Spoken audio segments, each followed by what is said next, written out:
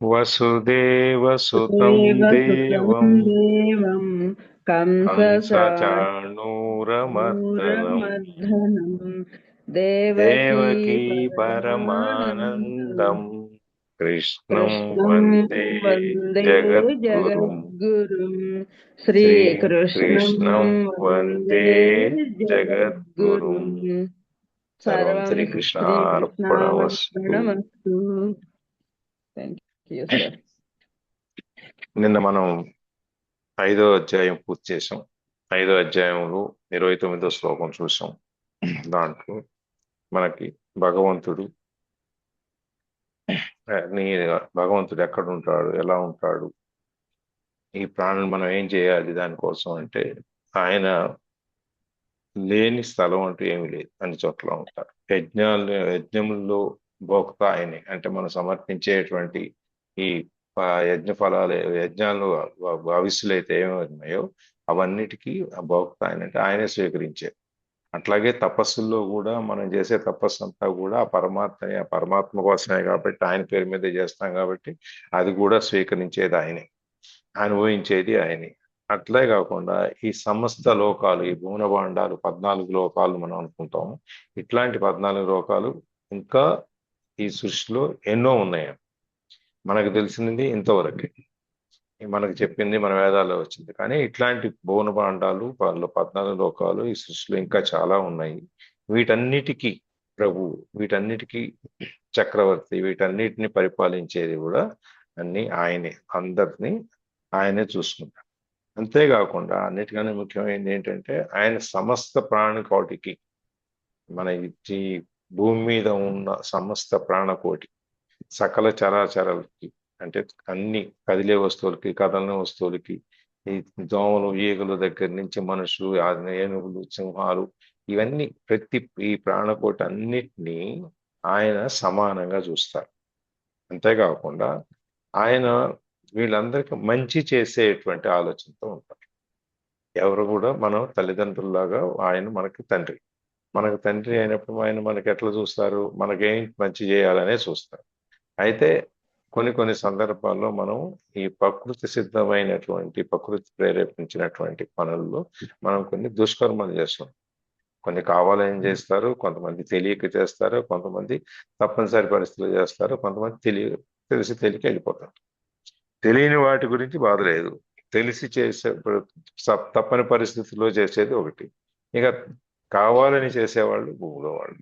ఈ 3 రకాలైనటువంటి వాళ్ళందరినీ వాళ్ళ కర్మఫలం ఎట్లా ఉందో వాళ్ళని అనుభవిస్తారు. అందుకని ఆయన చూడటం అందరినీ సమానంగానే చూస్తారు. మనకి ఎట్లయితే 24 గంటలే ఉంటాయో అందరికీను, అట్లాగే ఆయన కూడా సమానంగానే చూస్తారు. అందరికీ మంచి చేయాలన్న ఆలోచనతోనే ఉంటారు. ఇవన్నీ తెలిసిన వాడు మనిషి, తెలిసిన మనిషి శాంతిని పొందుతాడు. మనం ఏమనుకుంటే ఏదైనా పని చేస్తే ఆ పని బాగా అయితే చూసావా నేను చేశాను అని చెప్పు, అది అహం. మనం ఆ భ్రమ, మాయ, ఇందులో దుష్కర్మలే ఉండవు, కానీ మనకి ఆ అహంకారం అనేది ఒకటి ఉంటుంది. నేనే చేశాను, నా వల్లే అయింది ఇవన్నీ. అది స్వామి, అది కాకుండా ఇదంతా నాది కాదు, నేనేం చేయట్లేదు, నేను అన్ని త్యజించేసి అన్ని వైరాగ్యం తీసుకొని నేను ఉన్నాను. ఏం చేసినా ఏమున్నా కూడా అంతా ఆయన ప్రేరేపణ, ఆయన కల్పితమే, అని నాది నేను కాదు అని చెప్పి మనం అనుకున్నప్పుడు, అట్లా అనుకునే వివేకవంతులు, జ్ఞానులు ఎవరైతే ఉంటారో, ఈ ఇంద్రియాలని, మనస్సుని జయించిన వాళ్ళు, తర్వాత ఈ ధ్యాన సాధన, మనం 24 గంటలు ప్రతి క్షణం ప్రతి నిమిషం మనం ఏ పని చేస్తున్నా కూడా మన మనస్సు మాత్రం ఆయన నామాన్ని ఉచ్చరిస్తూ ఉంటుంది. మనం వినేది, చూసేది, చేసేది అన్నీ కూడా ఆయన నామం మీదనే, ఆయన పేరు మీదనే, ఆయన భక్తిలోనే మనం ఉంటాం అన్నమాట. ఇక్కడ గృహస్థాశ్రమం చేస్తూ కూడా, గృహస్థాశ్రమం ఉంటూ కూడా మనం ముక్తిని సంపాదించవచ్చు. మన ఆత్మ జ్ఞానాన్ని, మన ఆత్మ దర్శనాన్ని చేసుకోవచ్చు, అంతర్ముఖులం కావచ్చు, ఆత్మజ్ఞానాన్ని తీసుకోవచ్చు, ఆత్మ దర్శనాన్ని తీసుకోవచ్చు, ఆత్మని మనం మన లోపల నుంచి బయటికి ప్రకాశింపజేయచ్చు. ఆ ఆత్మ యొక్క ప్రకాశం కొన్ని సూర్యులకు వెలుగు కంటే కూడా ఎక్కువ ఉంటుంది అని చెప్పి. ఇది మనం ఎలా ఆత్మదర్శనం చేసుకోవాలి, మన లోపలికి ఎలా వెళ్ళాలనేది మనకి ఈ రకరకాల చాలా శ్లోకాలు మనం చెప్పుకుంటూ వచ్చాం. మనం చిన్నగా ఎవరైనా వస్తేనే ఎంత గౌరవం, మన ఇంటికి చుట్టాలు వస్తేనో తెలిసిన వాళ్ళు వస్తేనే మనం ఎంత పెద్ద గౌరవం ఇచ్చి వాళ్ళందరినీ కూర్చోబెట్టి మనం హడావిడి చేసేస్తాం. కాఫీ తాగుతారా, టీ తాగుతారా, పడితే అయితే పోయింది అనుకోండి, అట్లా ఇట్లా అని చెప్పాను.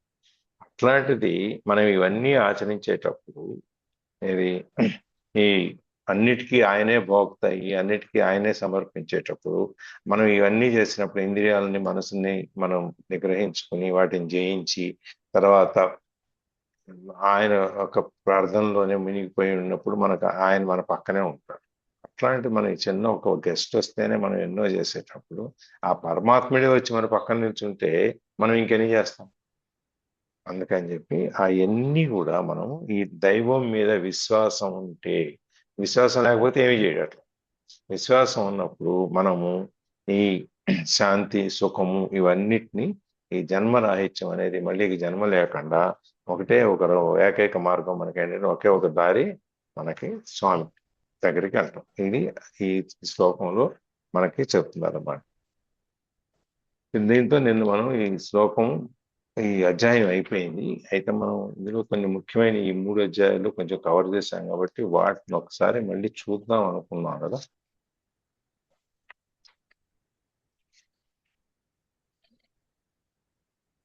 అన్నిట్లోకి వెళ్ళట్లేదు నేను. ఒక ముఖ్యమైన శ్లోకాల్లో మనం ముఖ్యమైన వరకే నేను ఒకసారి మళ్ళీ పునశ్చరణ మళ్ళీ ఒకసారి చూసుకుంటే 3 అధ్యాయాలు అయినాయి కాబట్టి మనం మొదలుపెట్టి అంటే రేపటి నుంచి కొత్త అధ్యాయానికి 6వ అధ్యాయానికి వెళ్దాం. ఇందులో మనం విషాద యోగము, సాంజ్ఞయోగము చూసాం. 2 యోగాలు, 2 అధ్యాయాలు. 3ది కర్మయోగము, 4 జ్ఞానయోగము, 5 కర్మ సన్యాసాలు. ఈ 3 అధ్యాయాలని ఇవాళ చూస్తున్నాం మనం ఒకసారి పైనుంచి ఏంటి అనేది. అన్ని యోగాల్లో కూడా మనకు చెప్పేది ఒకటే, నువ్వు చేసే పని ఏదైతే ఉందో అది నీవు దాన్ని నుంచి ఎటువంటి ఫలితాన్ని ఆశించకుండా నువ్వు చెయ్యి. కాబట్టి నిష్కామ కర్మ. ఆ యొక్క నిష్కామ కర్మ అనేది చేసినప్పుడు కర్మణ్యేవాధికారస్తే మా ఫలేషు కదాచన అని చెప్పినట్టు నువ్వు నీ పని చెయ్యి, ఫలితాన్ని నాకు వదిలేయి అని చెప్పి ఆయన చెప్తారు. అయితే నువ్వు నీ పని చేయటం అనే దాంట్లో మనం ఏదైనా ఒక పని చెబితే ఏదో చెప్తారు చూస్తారా, రంగడు పూనుకు పోయాడు రాను వచ్చాడు అన్నట్టుగా ఉంటుంది. అంటే ఇంట్లో రైతు భార్య ఇద్దరు మాట్లాడుకుంటున్నారు. పని వాళ్ళ ఇంట్లో మనకి పని వాళ్ళు ఉంటారు కదా, వాళ్ళు బయట పడుకుంటుంటారు. ఒక రంగడు అనేవాడు ఇంట్లో పని చేసేవాడు. వీళ్ళిద్దరూ మాట్లాడుకుంటూ రేపు పొద్దున్న రంగడిని మనం పట్టణానికి పంపించాలి, పట్టణానికి పంపించి అని చెప్పి మాట్లాడుకుంటున్నారు. వీడు వింటాడు ఆ విషయం. ఓహో నేను పట్టణానికి వెళ్ళి రావాలని చెప్పేసి పొద్దునే లేచి పట్టణానికి వెళ్ళేసి వచ్చేస్తాడు. వీడు మళ్ళీ రైతు ఓనర్ గారు, బాబు నువ్వు పట్టణానికి వెళ్ళి రావాలంటే వెళ్ళి వచ్చేసానయ్యా. వెళ్ళి రావటం ఏంటంటే మీరు విన్నారు, మీరు రాత్రి అనుకున్నారు కానీ వినపడింది, అందుకని నేను పొద్దున్నే పట్టణానికి వెళ్ళి వచ్చేసానండి. అంటే దేనికి వెళ్ళావు, దేనికి వచ్చావు అది తెలియదు వాడు. అందుకే మనం కూడా పని చేసేటప్పుడు ఏదో పని చేసాము అయిపోయింది అనేటట్టుగా ఉండవు. ఆ పనిలో మనము మన యొక్క శక్తి సామర్థ్యాలు, మన దీక్ష, దక్షత, మన యొక్క ధ్యానము, ధ్యాస అన్ని దాని మీద ఉండాలి. ఆ పని చేసినప్పుడు ఇది పరమాత్మ కోసం చేస్తే ఎలా చేస్తాము, లేదు మనకి ఇష్టమైన వాళ్ళ కోసం చేస్తే ఎలా చేస్తాము, లేదు పక్కింటి వాళ్ళకి ఇవ్వాలనుకుంటే ఏం చేస్తాము, కొన్ని రకరకాలుగా ఉంటాయి. ఈ పని వాళ్ళకంటే విధంగా చేస్తాము, కొన్ని విధాలుగా. చాలా వరకు మనం ఏంటంటే ఇంట్లో చేసుకుంటే పని వాళ్ళకైనా ఎవరికైనా అదే పెడతాం, వాళ్ళ కోసం ప్రత్యేకంగా ఏం చెయ్యం. మనం ఎవరైనా వస్తున్నారంటే 4 రకాలు ఎక్కువ చేస్తాం. బాగా మంచిగా మనకు ఇష్టమైన వాళ్ళు వస్తున్నారంటే, ఏదో వస్తున్నారు అంటే ఒక రకం ఒక స్వీట్ హాట్ ఒకటి తగ్గుతుంది, లేకపోతే కూరలు ఏదో ఒకటి తగ్గుతుంది. వీడు మనాళ్ళేగా వీళ్ళేగా పర్వాలేదులే అట్లా కాకుండా ఈ భగవంతుడి గురించి మనం చేసేటప్పుడు ఏ పని చేసినా నువ్వు భగవదార్పణం అనుకున్నప్పుడు, కృష్ణార్పణం అనుకున్నప్పుడు నువ్వు దాన్ని భగవంతుడి కోసం నువ్వు ఎంత భక్తి శ్రద్ధలతో, ప్రేమతో, అభిమానంతో చేస్తావో అంత అభిమానంతో నువ్వు చేయాలి. నీ భర్తకో నీ పిల్లలకో నువ్వు పెట్టాలంటే ఎక్కడ లేనంత ప్రేమంతా తీసుకొచ్చి దాంట్లో కలిపి ఆ విధంగానే మనం ఏ పని చేసినా కూడా మనం దాంట్లో లీనమైపోయి ఇది నేను తప్ప ఇంకెవరు బాగా చేయలేరు, మళ్ళీ నేను చేసినా కూడా ఇంతకంటే బాగా చేయలేను అనేటువంటి స్థాయికి మనం చేయగలగాలి. అప్పుడు మనం అట్లాగే ఈ కర్మలు, భగవంతుడి మీద మన ధ్యాస ఇవన్నీ కూడా మనకి అంత తీక్షణంగా, అంత తీవ్రతతో, అంత ఏకాగ్రతతో మనం చేయగలం. చేసినప్పుడు మనం కర్మణ్యవాధికారస్త అనేది మనం చేసిన ఫలితం ఆయనకు వదిలేసినప్పుడు మనం ఎంత తీక్షతో మనం చేస్తామో ఆ పని ఆయన అంత ప్రేమతో అంత ఫలితాన్ని మనకి ఇస్తారు. అది మనం ఇక్కడ ఇందులో అందుకనే మనకి ఇందులో చెప్పేది ఏంటంటే నిష్కామ కర్మ. నువ్వు ఏది చేసినా సరే నువ్వు ఎటువంటి ఫలితాన్ని ఆశించకుండా నువ్వు చెయ్యి అని చెప్పి దీంట్లో కర్మత్యాగం గురించి చెప్తారు, మళ్ళీ ఎలా చేయాలి ఏంటి అని. ఈ ఇంద్రియాలని మనం జయించటం గురించి, కర్మేంద్రియాలు జ్ఞానేంద్రియాలు ఈ రెండు దాని గురించి కూడా చెప్తూ మన ఈ వీళ్ళు చేయని వాళ్ళ పరిస్థితి ఏంటి, చేసేవాళ్ళ పరిస్థితి ఏంటి అని చెప్పుకుంటూ వస్తారు అన్నమాట. మనం ఈ కర్మయోగం అనేది ఎట్లా వస్తుందంటే ఇంద్రియాలని మనసుని నిగ్రహించి ఈ నియమిత ఇంద్రియాలు ఆసక్తి బుద్ధితో మనం ఏ పని అయితే చేస్తామో దాన్ని ఆసక్తి బుద్ధితో దాని మీద పూర్తి ఆసక్తిని పెట్టి చేయాలన్నమాట. అట్లా చేసినప్పుడు కర్మ అనేది మనకు వస్తుంది, దాన్ని పరిశీలిస్తాం అన్నమాట.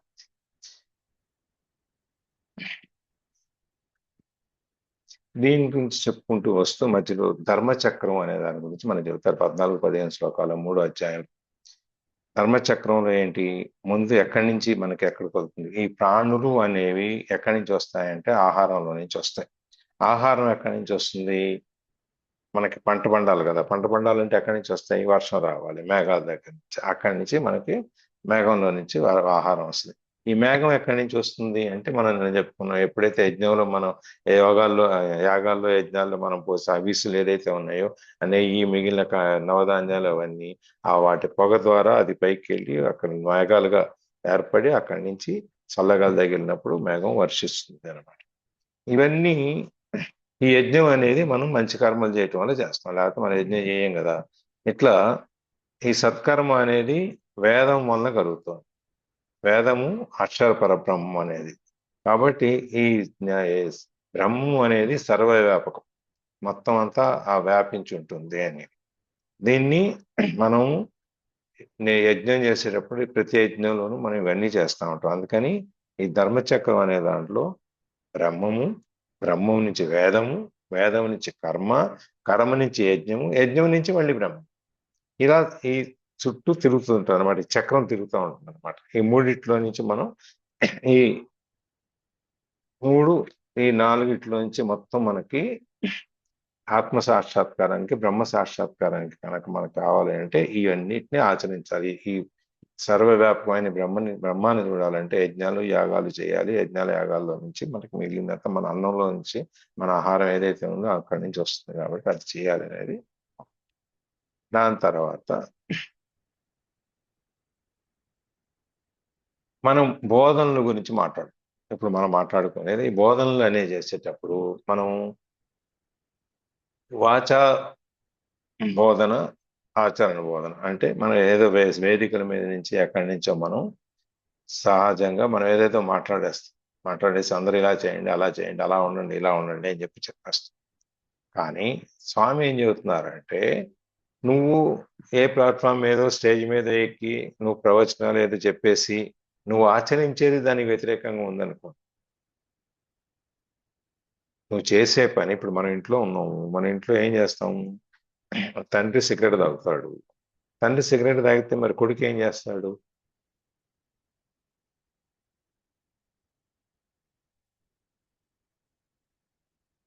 కొడుకు ఏం చేస్తాడండి, కొడుకు కూడా నేర్చుకుంటాడు. మనం ఏం చేస్తామో ఇంకా కావాలంటే మనం ఫోన్లో గేమ్స్ చూసుకుంటూ రీల్స్ చూసుకుంటూ పిల్లాడిని మాత్రం పేపర్ పుస్తకం చదువుకోరంటే వాడు చదువుకుంటాడు. మనం ఏం చేస్తే వాళ్ళు అదే చేస్తారు. అందుకని చెప్పి మనం ఊరికే ఉపన్యాసాలు ఈ ఊకదంపుడు ఉపన్యాసం అంటాం. దాంట్లో అవి చెప్పినందువల్ల ఉపయోగం లేదు. దానికంటే నువ్వు అనుష్ఠానం, నిష్కామ అనుష్ఠానం ఎప్పుడైతే చేస్తావో, అంటే ఎటువంటి ఫలితాన్ని ఆశించకుండా నీ కర్మల్ని పొద్దున్న నుంచి సాయంత్రం పడుకునేంత వరకు, పడుకున్న తర్వాత నువ్వు చేసే పనులు ఏవైతే ఉన్నాయో అవన్నీ కూడా నువ్వు ఎటువంటి కోరిక లేకుండా, ఫలితాన్ని ఆశించకుండా నువ్వు చేసినప్పుడు నిన్ను చూసి ఇంకో నలుగురు నేర్చుకుంటారు. నేను గుళ్ళో చూస్తుంటాం, నా ముందు ఎవరన్నా ఏదైనా చేశారనుకోండి, నేను చేసేదానికి భిన్నంగా ఉంటే, ఓ ఇదేదో బాగుంది కొత్తగా చేస్తున్నారని మనం చేయటం మొదలుపెడతాం. మనం చేయటం మొదలుపెట్టిన తర్వాత మనం చూసి ఇంకో నలుగురు చేస్తారు. ఆయన చేస్తున్నారంటే ఏదో విశేషం ఉంటుంది. విషయం ఏంటని తెలియకపోయినా మనం కూడా కళ్ళకు అద్దుకుంటే అయిపోయింది. ఈ విధంగా మన ఆచరణలో నువ్వు ఎందుకు చేస్తున్నావు అనేది పక్కన పెడితే, మనం ఆచరించేటప్పుడు మన చూసి ఆచరించే వాళ్ళు కూడా ఉంటారు. అందుకని నువ్వు చెప్పేదానికంటే నువ్వు సైలెంట్ పెర్ఫార్మర్, నువ్వు ఎటువంటి స్వార్థం లేకుండా నువ్వు ఏ పని అయితే చేస్తావో నిన్ను చూసి ఇంకో నలుగురు చేయిస్తారు అని చెప్పని ఇంకో చోట మనకి ఈ మనము ఈ కర్మలు అనేది నిర్మలమైన ఆచరణ, ఎటువంటి ఆలోచనలు లేకుండా దాన్ని ఆచరిస్తూ ఆ ఆచరించిన కర్మ మీద మనకి ఎటువంటి ఆసక్తి ఉండకూడదు.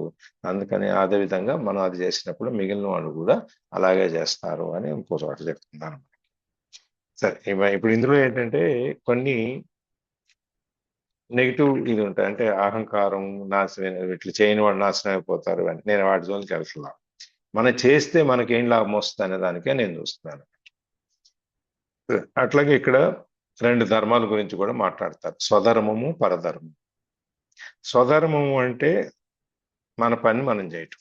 పరధర్మము అంటే అవతల వాళ్ళు దృశ్య సంబంధమైన ధర్మం, శబ్దాది విషయాలన్నిట్లో. స్వధర్మం అనేది ఆత్మ సంబంధమైన ధర్మం. ఆత్మ ప్రాప్తికి కావాల్సిన ఏదైతే ఉన్నాయో సాధనాలు, దాన్ని స్వధర్మము అంటాము. ఆత్మ దర్శనము, ఈ పరధర్మము అనేది మనం కష్టమైన, నిష్ఠూరమైన, ఇబ్బంది అయినా మన ధర్మాన్ని మనం ఆచరించాల్సిందే కానీ మనము ఇంకొక ధర్మాన్ని మనకు అవసరం లేదని మనం ఆచరించుకుంటాము. దురదృష్టకరమైన ఏంటంటే మన హిందూ మతంలో మనం ఎన్ని చెబితే వినరు. అదే మిగిలిన మతాల్లో వాళ్ళు చెబితే వాళ్ళు అన్ని వింటారు. మనమే వెళ్ళి అక్కడికి వెళ్ళి వాళ్ళ పుస్తకాలు చేతిలో పట్టుకొని తిరుగుతారు, మనం పట్టుకొని తిరగం. ఎందుకంటే మనం ఏమన్నా అనుకుంటారేమో, ఎట్లా అనుకుంటే ఎట్లా అని. కానీ అక్కడ వాళ్ళకి అది ఉండదు. వాళ్ళకి ఆ గురువు, వాళ్ళ గురువులు ఎవరైతే ఏం చెబుతారో వాళ్ళ మత గురువులు దాన్ని వాళ్ళు తూచా తప్పకుండా కళ్ళు మూసుకొని పాటిస్తారు. మనము దాని మీద విచక్షణ చేస్తాం, జడ్జిమెంట్. ఇది కరెక్టా కాదా, ఆయన చెప్పినంత మాత్రం మనం చేయాలా, చేయకపోతే ఏమవుతుంది, లేదు ఇంకో 10 రూపాయలు ఎక్కువ దర్శనం ఇస్తే ఆయనే ఆచరిస్తాడు, లేదు ఇంకో కొబ్బరికాయ కొడదాం, ఇంకో పూజ చేద్దాం. అంతేగాని మన ధర్మాన్ని మనము ముందుకు తీసుకెళ్ళాలి, మన ధర్మంలో మన ధర్మాన్ని మనం తూచా తప్పకుండా మనం పాటించాలి అని మాత్రం మనం చెప్పాలి. మన ధర్మము మనదే. అది నీ స్వధర్మం అంటే నీవు చేసేటువంటి పని ఏదైనా సరే ఆత్మ సంబంధమైంది, ఆత్మ ప్రాప్తికి కావలసిందని నీ ధర్మం. మిగిలిన వాటి జోలికి వెళ్ళకూడదు. అందుకని ముముక్షువులు ఎంత కష్టమైనా కూడా, ఎంత బాధ అయినా కూడా వాటి జోలికి పోకుండా స్వధర్మాన్నే పాటిస్తారు అన్నమాట. అందుకని పరమార్థ సాధనకి ఈ ప్రయాస అనేది చేరిస్తే సుగుణము వస్తే సులభంగా మనకి ఈ ఆత్మజ్ఞానము, ఆత్మదృష్టి, ఆత్మస్థితి అనేది మనకు వస్తాయి అన్నమాట. అందుకని ఈ దీంట్లో మనకి చెప్పేది ఏంటంటే ఈ శ్లోకంలో స్వధర్మము మేలైనది, పరధర్మము సుఖంగా అనిపించినా కొంతసేపటికి. ఎందుకంటే అక్కడ మనకున్న నియమాలు, నిష్ఠలు వాళ్ళకు ఉండకపోవచ్చు. అటుప్పుడు ఏమవుతుంది, మనకి తేలిగ్గా అనిపిస్తుంది. కొన్ని మన దాంట్లో ఉన్న అక్కడికి వెళ్ళిన తర్వాత కొన్ని మనకి తేలిగ్గా అనిపిస్తాయి. ఈ విధంగా రకరకాలైనటువంటి సై. అందుకని స్వధర్మాన్ని నువ్వు ఏ విధంగానూ నువ్వు వదలకూడదు. ఒకవేళ స్వధర్మాన్ని పాటించేటప్పుడు నీకు మరణం అనేది వచ్చినా కూడా నువ్వు ఆ పరమాత్మ దగ్గరికి చేరుకుంటావు, నీ ధర్మాన్ని నువ్వు పాటించు అని. ఈ స్వధర్మాల దగ్గర నుంచి మన ధర్మాల గురించి చెప్పిన తర్వాత మనకి ఈ బుద్ధి గురించి, బుద్ధి కంటే కూడా అతీతమైంది ఆత్మ. ఈ ఆత్మ అనేదాన్ని మనము తెలుసుకుని బుద్ధి చేత మనస్సుని అరికట్టుకోవాలి. అంటే బుద్ధి చేత మనస్సుని మనం కంట్రోల్ చేసుకోవాలి. ఇంద్రియాల పైన, మనస్సుకి, బుద్ధి పైన. ఇది ఎట్లా అంటే దేహానికి, మన ఈ శరీరానికి పైనుండే ఇంద్రియాలు.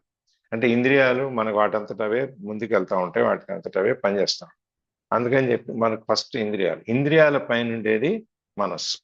ఇంద్రియాలని నువ్వు ఇలా వెళ్ళు అలా వెళ్ళు అని మన మనసు పరిపరి విధాలుగా విడివిడిగా మనకు వెళ్తూ అక్కడ ఇంద్రియాలని మనకి ముందు కంట్రోల్లోకి తీసుకుంటుంది.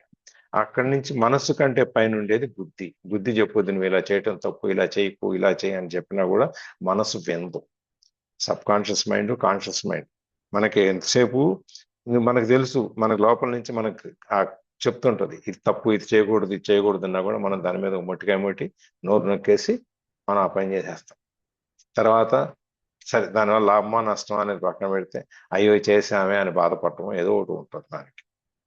అది ఆ విధంగా అనమాట. మనం ఆ మనస్సుని బుద్ధిని మీద మనస్సు, మనస్సు పైన బుద్ధి ఉంటే బుద్ధి పైన ఆత్మ అనేది నిన్ను సత్కర్మల వైపు మాత్రమే నడిపిస్తుంది. మనం సాక్షిభూతకంగా మనం చేసే కర్మలన్నిటికీ, మనం నిష్కామ కర్మ చేసినప్పుడు మనం అన్నిటినీ వదిలేసి అట్లా సాక్ష్యభూతకంగా ఉంటాము. ఇక్కడ ఈ మనసు ఆత్మ అనేది నిన్ను ఆ స్థితికి తీసుకెళ్తుంది. ఇది ఒకటి. తర్వాత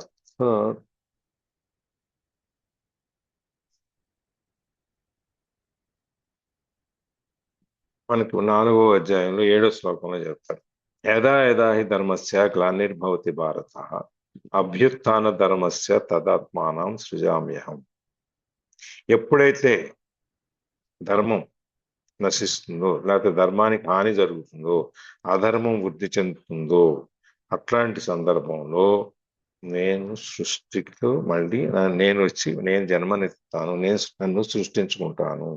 అది నన్ను, నా యొక్క భక్తుల్ని ఈ ధర్మాన్ని కాపాడటానికి నేను వస్తాను అని చెప్పి మళ్ళీ అందరి శ్రేయస్సు కోసము నేను చూస్తాను కాబట్టి అందరి శ్రేయస్సు కోసం నేను అప్పుడు వస్తాను అని చెప్పి యదా యదా హి ధర్మస్య గ్లానిర్భవతి భారత అని చెప్పి మనకి. దాంతో పాటే పక్క శ్లోకం మళ్ళీ 8లో పరిత్రాణాయ సాధూనాం వినాశాయ చ దుష్కృతాం ధర్మ సంస్థాపనార్థాయ సంభవామి వేగే. అక్కడ ధర్మానికి హాని కలిగి అధర్మం ప్రచరినప్పుడే కాదు, మంచి వాళ్ళని, సాధువుల్ని, వీళ్ళందరినీ హింసించేటప్పుడు, సాధు సజ్జనులందరినీ రక్షించటానికి, దుర్మార్గుల్ని నాశనం చేయటానికి కూడా నేను వస్తాను. ప్రతి యుగంలోనూ నేను అవతరిస్తుంటాను అని. అందుకని మనకి కృతయుగంలోనూ ఎన్నో అవతారాలు తీసుకున్నారు. దశావతారాలు కనుక మనం లెక్కేస్తే కృతయుగంలో ఎక్కువ అవతారాలు ఉన్నాయి. దాని తర్వాత రామావతారం, దాని తర్వాత కృష్ణావతారం, ఇప్పుడు కలికి అవతారం రాబోతుందని చెప్పని 10 అవతారాల్లో మనకి చెప్తారు. ఇవన్నీ ఆయన చెప్పేది. ఎక్కడైతే ఈ శిష్ట రక్షణ, దుష్ట శిక్షణ ఈ రెండు జరపాలో అప్పుడు నేను మళ్ళీ వస్తాను అని చెప్పి మళ్ళీ ఈ శ్లోకంలో మనకి స్వామి సెలవిస్తున్నారు. మనం ఈ భగవత్ స్వరూపాన్ని పొందటానికి మనం ఏం చేయాలి? దానికి ముఖ్యమైన లక్షణాలు 6 లక్షణాలు చెప్తున్నాం. దాంట్లో ఒకటి హృదయ నిర్మలత్వం. మనసు నిర్మలంగా ఉండాలి, ఎటువంటి ఆలోచనలు, ఏ విధమైన ఆలోచనలు ఉండకూడదు. రెండవది, ఈ హృదయ నిర్మలంగా ఉండాలి అంటే కావాల్సింది జ్ఞానంతో కూడిన తపస్సు. అంటే జ్ఞానం కావాలి అనేది. జ్ఞాన తపస్సు అంటే ఏంటి? మళ్ళీ కామ, క్రోధ, భయాలు ఈ మూడింటిని మనం తీసేయాలి. వాటి నుంచి బయటికి రావాలి. ఈ మనకు అన్నిట్లో ఈ అరిషడ్ వర్గాల్లో ముఖ్యమైనవి 3: కామం, క్రోధము, భయం. కామం కోరికల వెనకాల పరిగెట్టడం. క్రోధం అంటే మన కోపాన్ని మన దృష్టిలో మనం దాన్ని కంట్రోల్ చేసుకుని, నియంత్రించుకుని, కోపాన్ని తగ్గించుకుని మనం మెల్లగా ఉంటాం. తర్వాత భయం, ఇదేమైపోతుందో, అదేమైపోతుందో, రేపు ఎలా ఉంటుందో, రేపు ఇలా లేకపోతే మనం ఏం చేయాలి అనేటువంటి భయం. ఇట్లాంటి ఈ 3 మనకి ముఖ్యమైన శత్రువు. ఈ 3 శత్రువుల్ని కూడా మనం నశింపజేసుకోవాలి. దాని తర్వాత భగవత్ తన్మయత్వం. భగవంతుడిని తన్మయత్వంతో మనం పూజించాలి.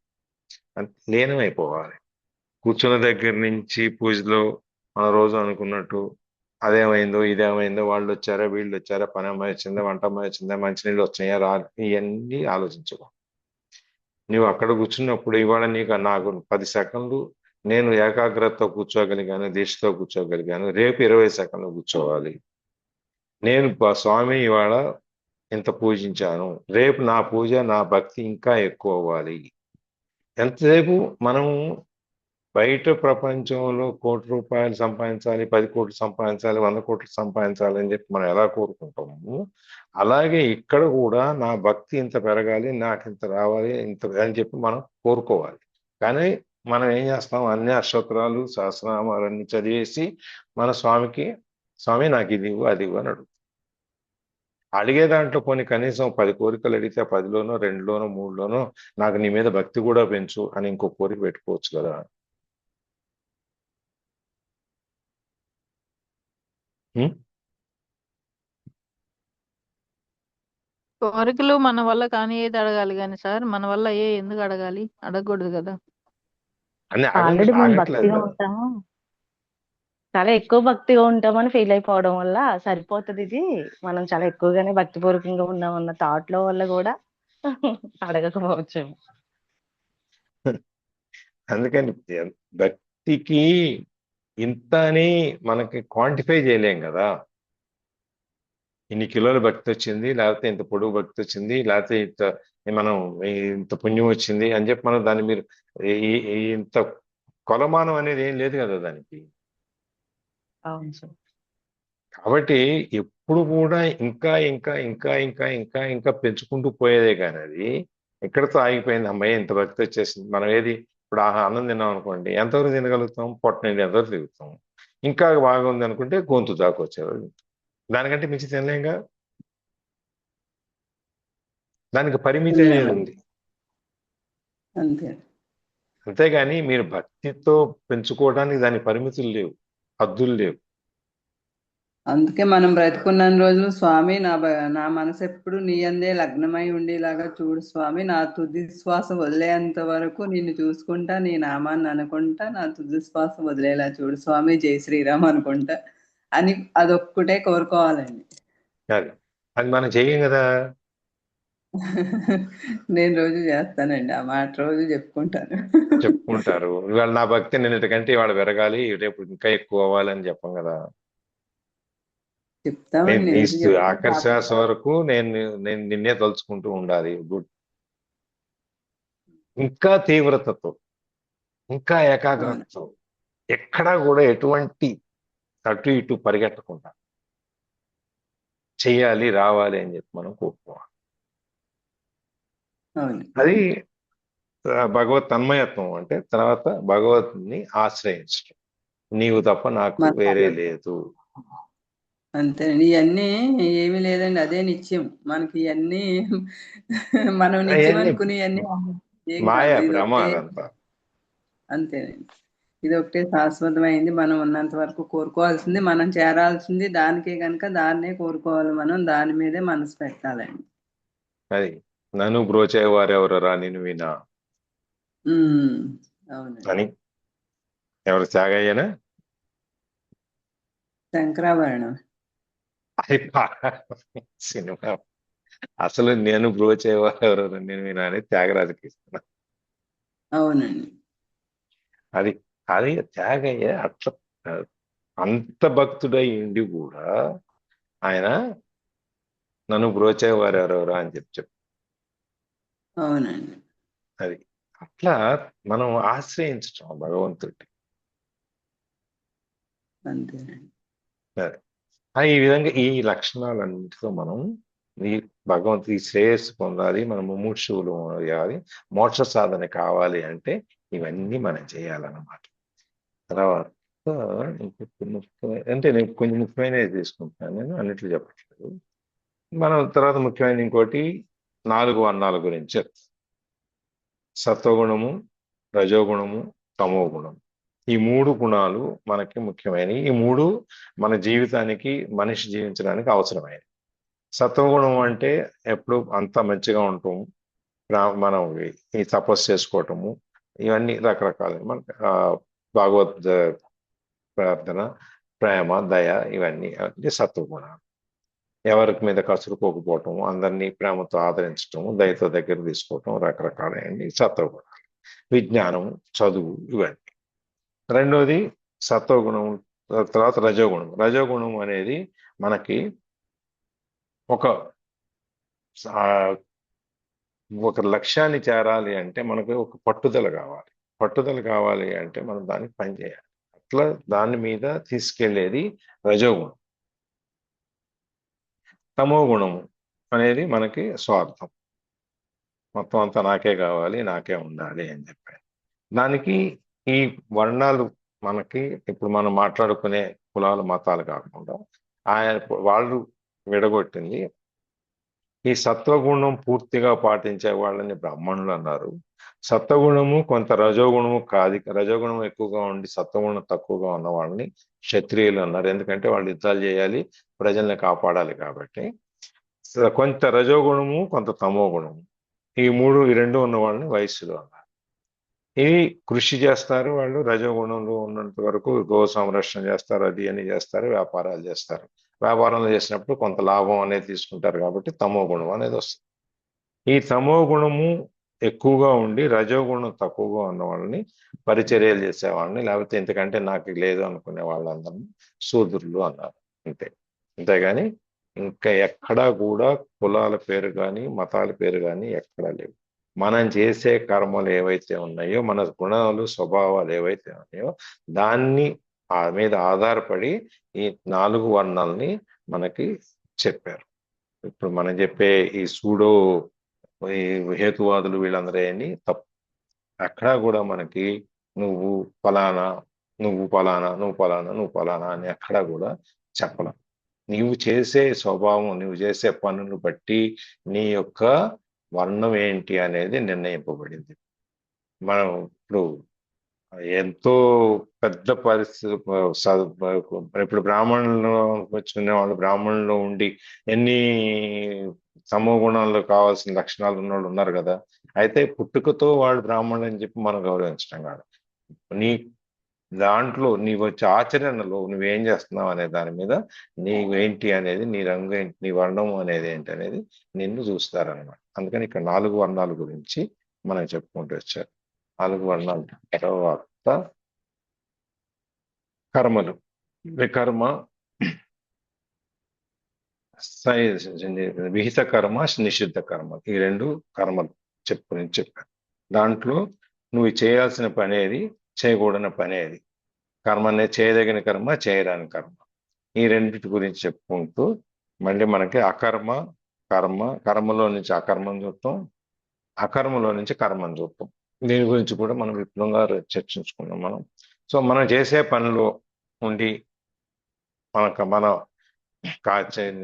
ఈ ఇంద్రియాలన్నీ పనిచేస్తూ మనసు ఎక్కడికో వెళ్తే కర్మలో నుంచి అకర్మం చేస్తాం. అట్లాగే ఏమీ చేయకుండా కూర్చొని మన మనసును మాత్రం పనిచేస్తూ ఉంటే దాన్ని అకర్మలో కర్మ అంటాం. దాని గురించి మనం ఒక ఆయన వెళ్తూ అడవిలో చిక్కుకుపోయి శివాలయంలో కూర్చొని మొత్తం శివని ఎట్లా చేయాలి, పాడుపడిన గుడిని ఏ విధంగా ఉద్ధరించి ఏ విధంగా తయారు చేయాలనే ఆలోచన కర్మలో నుంచి అకర్మలో నుంచి కర్మ. ఆయన ఏం చేయక నిద్రలోనే కూర్చొని ఒక గోడకి దారిలో పడి ఇంత ఆలోచించడం అనమాట, పని చేస్తూనే ఉన్నాడు. అది నేను అది చూసాం. అకర్మలో కర్మని, కర్మలో అకర్మని చూసాము. అది చేయగలిగి ఉండాలి. దాని తర్వాత మనం తృప్తి పొందటం అనే దాని గురించి, అసంకల్పంగా మనం అనుకోకుండా అప్రయత్నంగా మనకి ఏదన్నా దొరికితే దాంతో మనం తృప్తి చెందాలి. అయ్యో ఇంత చిన్న మూట దొరికింది, ఇంకొంచెం పెద్ద మూట దొరికితే బాగుండేది కదా అనేది ఉండకూడదు. దొరికిన దాంతో నువ్వు తృప్తి పడాలి. దొరికిన దాంతో నువ్వు సంతుష్టిగా ఉండాలి అని చెప్పి. అందుకని అప్రయత్నంగా నీకు ఏదైనా దొరికినా, తర్వాత సుఖ దుఃఖాలు అనేటి ద్వంద్వ భావాలు, 2 రకాల భావాలు, ఆలోచనలు ఉన్న వాటిని, తర్వాత మదమాత్సర్యాలు లేకుండా, అవి మాత్సర్యము, అసూయలు అట్లాంటివి ఏమి లేకుండా కార్యం యొక్క సిద్ధి అసిద్ధులందు సంభవం. కార్యం మనం చేసిన పని మీద మనకి ఫలితం వచ్చిందా రాలేదా, ఫలితం వచ్చినా ఫలితం రాకపోయినా కూడా మనం దాన్ని సమభావంతో చూడాలి. థామస్ ఆల్వా ఎడిసన్ 1000 సార్లు ఫెయిల్ అయ్యాడు బల్బు కనుక్కోవటంలో. అట్లని చెప్పి ఆయన వదిలేయలేదు. ఈ 1000 సార్లు ఫెయిల్ అయ్యాం కాబట్టి ఈ చెత్త ఇదంతా పనికిరాదని కూడా పక్కన పడేయలేదు. 1000 ఒక్కోసారి బల్బును కనుక్కున్నాక ఏమి సాధించారు అంటే 1000 సార్లు ఎలా బల్బు చేయకూడదో తెలుసుకున్నాను నేను అంట.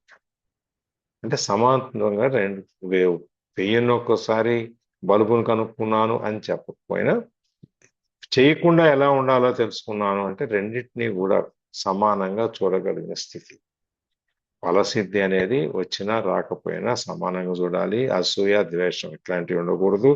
మళ్ళీ మనం సుఖ దుఃఖాలు, కష్ట సుఖాలు ఇట్లా రెండు పదాలతో మనం చెప్తుంటాం ప్రతిదినం.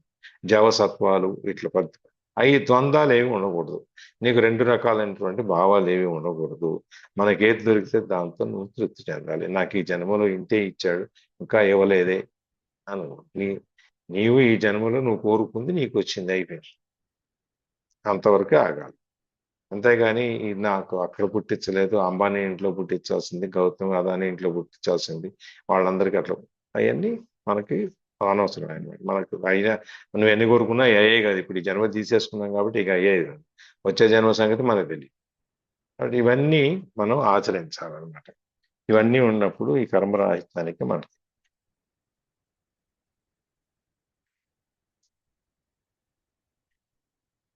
ఇంకోటి ప్రాణాయామం గురించి, దాంట్లో ఉన్న మార్గాల గురించి, రేచకము, అపాన వాయువు గురించి, కుంభకాలు, పూరకము, రేచకము వీటన్నిటి గురించి కూడా మనకి చెప్పారు. ప్రాణవాయువులు గతులు, మన ప్రాణాపాన గతుల మార్గాల్ని నిరోధించాలి అంటే మన శ్వాసని బంధించాలి.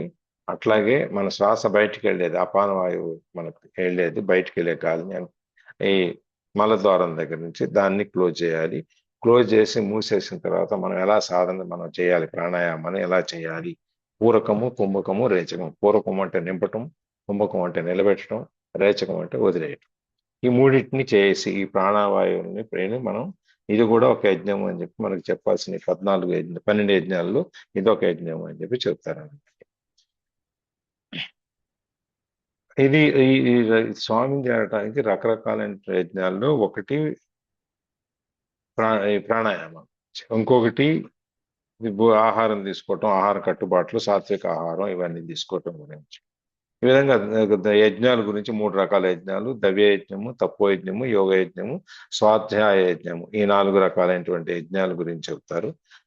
ద్రవ్య యజ్ఞంలో మనం చేయలేకపోయినా మనం ద్రవ్యాలన్నీ ఇచ్చి పంపించి చేయించటం, దానం చేయటం ఒకటి, తపస్సు చేయటం ఒకటి, యోగంతో యోగ యజ్ఞం అదే యమానియమాను అని మన ఈ అష్టాంగ యోగం గురించి అది ఒక యజ్ఞం. తర్వాత వేదాలు, శాస్త్రాలు చదవటం అదొక యజ్ఞం. దీని గురించి మనకి చెప్తారు అన్నమాట. దాంట్లో ప్రాణాయామం గురించి కూడా చెప్తారు. ఆహారం గురించి సాత్వికమైన ఆహారం, మితంగా న్యాయంగా సంపాదించింది, భగవంతుడికి మనం అర్పించదగింది, నియమిత కాలంతో సేవించగలిగింది, కొద్ది లిమిటెడ్ టైంలో చేసేది, వీటన్నిటి గురించి మనకి చెప్పుకుంటూ వచ్చారు. ఇక మనకి 12 యజ్ఞాలు ఏంటి అంటే వేదాల్లో ఈ 12 కాకుండా ఇంకా చాలా చెప్పారు. ఇక్కడ మనకి కొన్ని ముఖ్యమైనవి చెప్తున్నారు అనమాట. దైవ యజ్ఞము, బ్రహ్మయజ్ఞము, ఇంద్రియ సంయమ యజ్ఞము, శబ్దాది విషయ నిరోధ యజ్ఞము, మనోనిగ్రహ యజ్ఞము, ద్రవ్య యజ్ఞము, తపోయజ్ఞము, యోగ యజ్ఞము, స్వాధ్యాయ యజ్ఞము, జ్ఞాన యజ్ఞము, ప్రాణాయామ యజ్ఞము, ఆహార నియమమైన యజ్ఞం. ఈ 12 యజ్ఞాలతో చెప్తూ ఇంకా వేదాల్లో చాలా రకాలైనటువంటి యజ్ఞాలు చెప్పారు. అతిథి యజ్ఞము, ఇవన్నీ ఇంకా చాలా ఉన్నాయి. మనకు నవవిధమైన భక్తుల గురించి కూడా చెప్పుకుంటూ వచ్చారు అన్నమాట. అందుకని ఇక్కడి నుంచి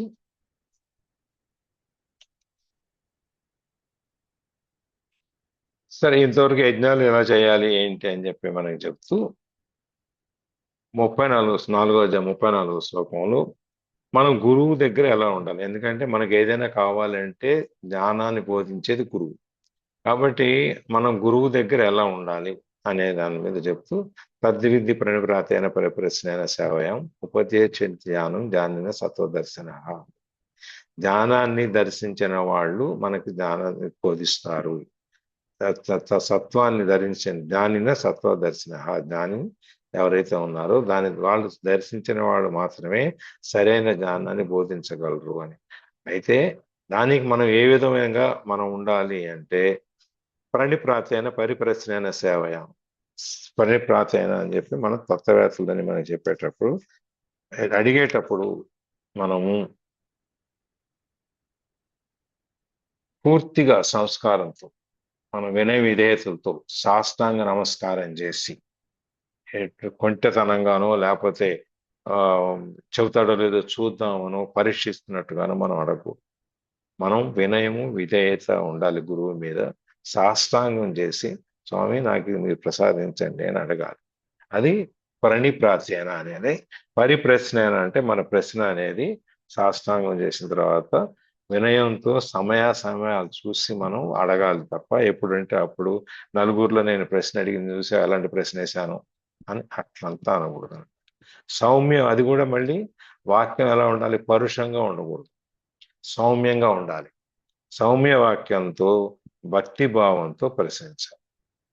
సేవయ, ఈ ప్రతి ముగ్గురు మనం చేసే సేవ, స్వామిని సేవ చేస్తూ భక్తి మన వినయ విధేయులతో సాష్టాంగాలు చేస్తూ ప్రశ్న అడిగేటప్పుడు మనం వినయంగా సమయాలు చూసి మనం అడగాలన్నమాట. ఈ 3 రకాలైన లక్షణాలు శిష్యుడికి ఉండాలి. గురువు దగ్గర మనం ఏదైనా నేర్చుకోవాలనుకున్నప్పుడు ఈ 3 ద్వారా మనం వెళ్ళగలగాలి.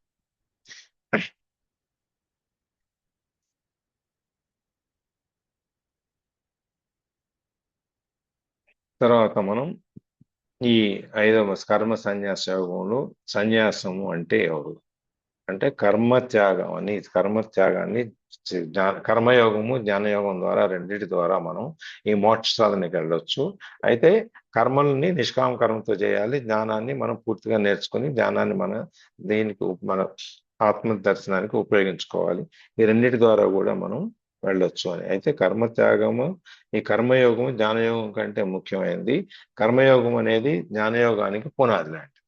ఈ పునాదిని మనం గట్టిగా వేసుకున్నప్పుడు ఈ జ్ఞానయోగాన్ని మనకు తేలిక పొందగలుగుతాము అని చెప్పి చెప్తున్నారు అనమాట ఇక్కడ. ఈ సంసారం అనేది చాలా గట్టిది, దాంట్లోంచి బయటికి రావడం కష్టము. అందుకని నిత్య సన్యాసము అనేది ఒకటి. తర్వాత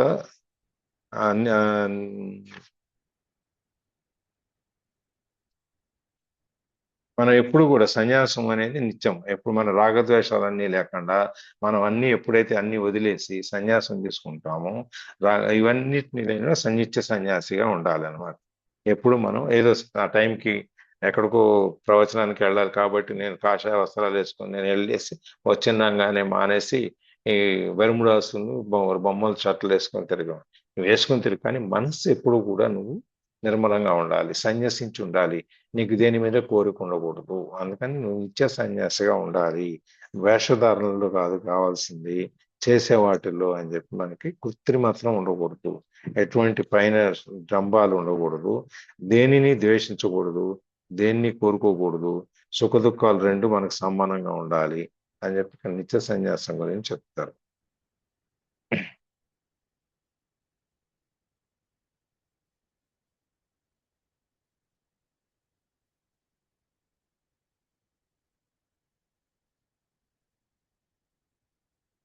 మనుషుడు ఎటువంటి కర్మలు చేస్తాడు, ఆ కర్మల్లో నుంచి పరమార్థ తత్వం ఎలా తెలుసుకోవాలి అంటే నిష్కామ కర్మ చేయాలి, పరిశుద్ధమైన హృదయం ఉండాలి, మనము జయించబడిన మనసు, పూర్తిగా మనసుని జయించగలిగి ఉండాలి, ఇంద్రియాలని జయించి ఉండాలి.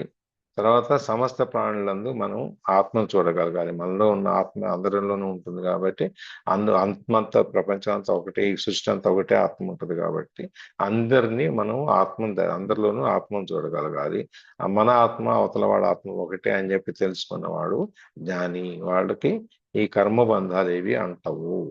మనం ఏం చేసినా కూడా మనకే ఉంటది కానీ వాళ్ళకి అంటవు, మనకేమంటావు అనమాట. అది అన్నీ ఏదున్నా కూడా పైన వాడికే. అందుకని మనం ఎట్లా అంటే ఈ పరమార్థ తత్వాన్ని యోగయుక్తుడు ఎట్లా చేసుకుంటే యోగాన్ని అంటే ఆత్మయందు మన మనస్సుని ఆత్మలో లోపల తీసుకెళ్ళి నిలబెట్టిన వాడు ఎలా చేస్తాడు అంటే చూసేటప్పుడు వినేటప్పుడు తాకేటప్పుడు వాసన కానీ తినుచునేది కానీ మళ్ళీ నడిచేటప్పుడు నిద్రపోయేటప్పుడు ఊపిరి తీసుకుని వదిలేసేటప్పుడు మాట్లాడేటప్పుడు ఇవి ఏదైనా వదిలేసేటప్పుడు వినేటప్పుడు కళ్ళు తెరిచేటప్పుడు మూసేటప్పుడు ఈ ఏ విధమైన స్థితిలో నువ్వు ఉన్నా కూడా నిద్రపోతున్నావా కళ్ళు మూసుకున్నావా సగంలో ఉన్నావా ఎవరితోనో మాట్లాడుతున్నావా కూడా ఏ సమయంలో అయినా సరే నువ్వు భగవంతుడి మీదనే నీ మనసు ఉండాలి. ఇవన్నీ చేసినప్పుడు నేనేమీ చేయట్లేదు, ఇదంతా ఆయనే చేయిస్తున్నాడు, ఆయనతోనే ఉన్నది అని చెప్పి మనం చేయగలగాలన్నమాట. ఆ విధమైనటువంటి ఇది వచ్చినప్పుడు మనం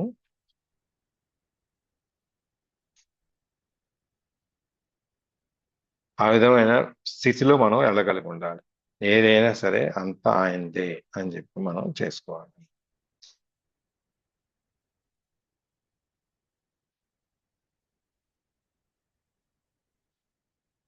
పదమూడో శ్లోకంలో వచ్చినప్పుడు 5వ అధ్యాయంలో ఆయన మనస్సుతో అన్ని ఇంద్రియ నిగ్రహము మనోవిజయము సర్వకర్మ ఫల త్యాగం ఈ 3 ముఖ్య గురించి చెప్తారు. సుఖం కావాలనుకున్న వాళ్ళు ఈ 2 సాధనాలను పెట్టుకోవాలి. ఏంటంటే ఒకటి ఇంద్రియ నిగ్రహము, రెండవది మనకు వచ్చిన కర్మ ఫలం ఏదైతే ఉందో దాన్ని వదిలేయటం. అంటే మనం ఏదైనా మంచి పని చేసాము, లేకపోతే లాటరీ వచ్చింది, దాన్ని మనకి కర్మఫలం మనకి ఏది ఉందో అంతవరకు మిగిలింది వదిలే. దాన ధర్మాల్లో కూడా దానికి కొంత భాగాన్ని నువ్వు కేటాయించగలగాలి. అట్లా ఈ ఇంద్రియాలను స్వాధీనం చేసుకోవటము, ఈ కర్మల్ని త్యజించటము, వీటి వలన మనం శాంతిని పొందుతాము, సుఖాన్ని పొందుతాము అని చెప్పి మనకి ఇక్కడ ఇందులో చెప్తున్నారు.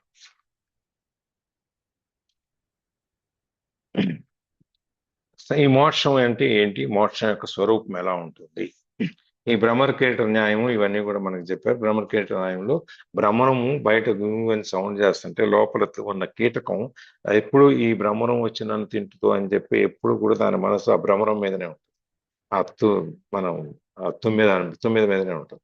అలాగే మనం ఇక్కడ కూడా మన మనస్సు ఎప్పుడు భగవంతుడి మీద కనుక మనం లగ్నం చేస్తే మనం కూడా ఆ ఆకారానికి మారుతాం.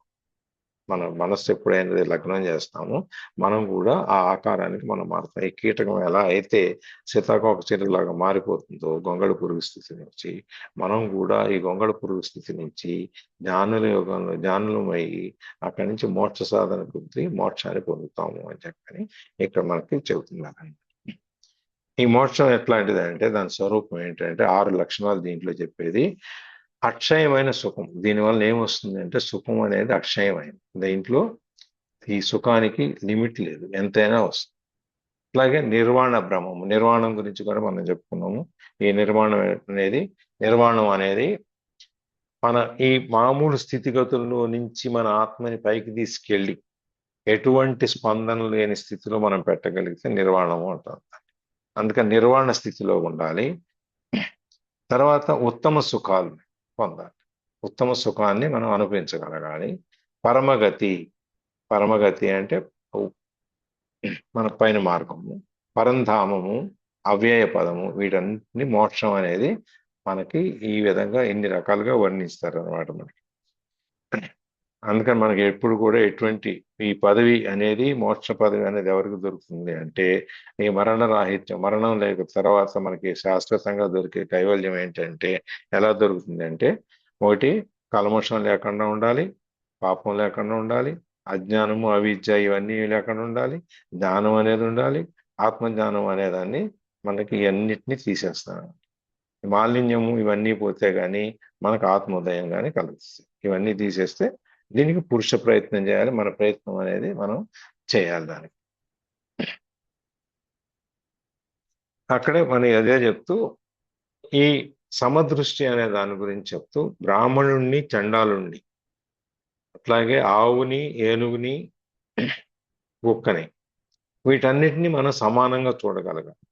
సమదృష్టి అంటే వీటిని మనం సమానంగా చూడగలిగినప్పుడే పంతులు గారు వస్తే నువ్వు సోఫా వేసి, చండాలుడు వస్తే నువ్వు బయట కూర్చోబెట్టుకో, ఈ రెండింటిని నువ్వు సమానంగా చూడగాలి. అందుకని మనకి కౌశికుడు దాంట్లో ధర్మపాదుడు అనేవాడు మాంసం అమ్ముకుంటాడు, అయినా కూడా ఆయన భగవద్ దర్శనాన్ని పొందగలుగుతాడు.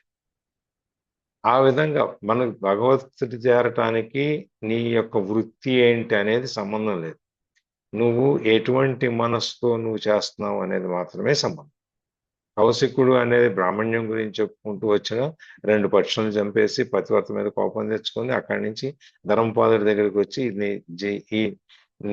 దీన్ని ఏమిటి ఆత్మని పొందటం ఎలా అనేది నేర్చుకున్న సందర్భాన్ని మనకి ఇక్కడ చెప్పుకోవచ్చు అనమాట. అక్కడో అంటే మనకి ఇందాక చతుర్వర్ణాల 4 వర్ణాల గురించి చెప్పినప్పుడు ఈ సత్వ గుణాన్ని ఎవరైతే ఆచరిస్తారో తాను చేసే పనులన్నీ వృత్తి ధర్మం ఏదైతే ఉందో దాన్ని సక్రమంగా చేసుకుంటూ మనసును మాత్రం స్వామి మీద పాదాల దగ్గర నిలబెట్టి చేసుకునే వాళ్ళకి ఈ విద్య వినయం సంపన్నము అవన్నీ ఉండాలన్నమాట. ఇవన్నీ ఉన్నవాళ్ళు మన సమదృష్టి ఉన్నవాళ్ళు, మనము ఆత్మానుభవము, మన సమూహ జానులు అని చెప్తారు అనమాట. మన ఆత్మానుభవం అలవాళ్ళు అనమాట. అది మనకు ధర్మపాదుడి వృత్తాంతంలో మనకు తెలిసేది.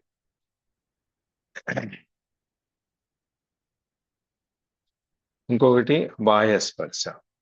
ఈ బయట స్పర్శల్ని మనము ఇప్పుడు మనకి ఏదైనా ఇష్టం దుమ్ము వస్తుందంటే మనం ఎలా తలుపు వేసుకొని కూర్చుంటామో దుమ్ము రాకుండా ఉండటానికి, అట్లాగే మన మనసులోకి ఎటువంటి పనికిరాని ఆలోచనలు రాకుండా మనం మనసు నుంచి మనం తలుపు మూసేయాలన్నమాట. కొన్ని వచ్చేసినాయి లోపలికి, ఏదో చెప్తే గాలి వస్తుందని చెప్పి కిటికీలు తీస్తాం. కిటికీలు తీస్తే కిటికీల నుంచి దుమ్ము ధూళి ఏదో ఒకటి వస్తుంది.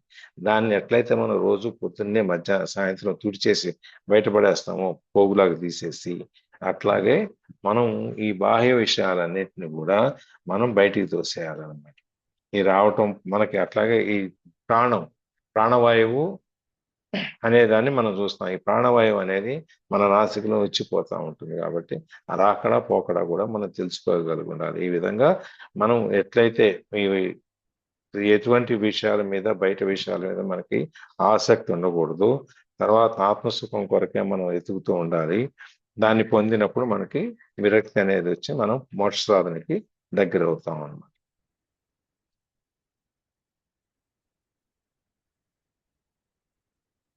మోక్షాన్ని పొందడానికి ఎవరెవరు మోక్షాన్ని పొందుతున్నారు అంటే మనకి 4 లక్షణాలు, 4 ముఖ్యమైన విషయాలు ఏంటంటే ఈ సాధనలు ఎన్నాటి సాధన చేయాలి అంటే పాపరాహిత్యము, పాపాన్ని చేయకుండా ఉంటాం, పాపాన్ని వదిలేయటము.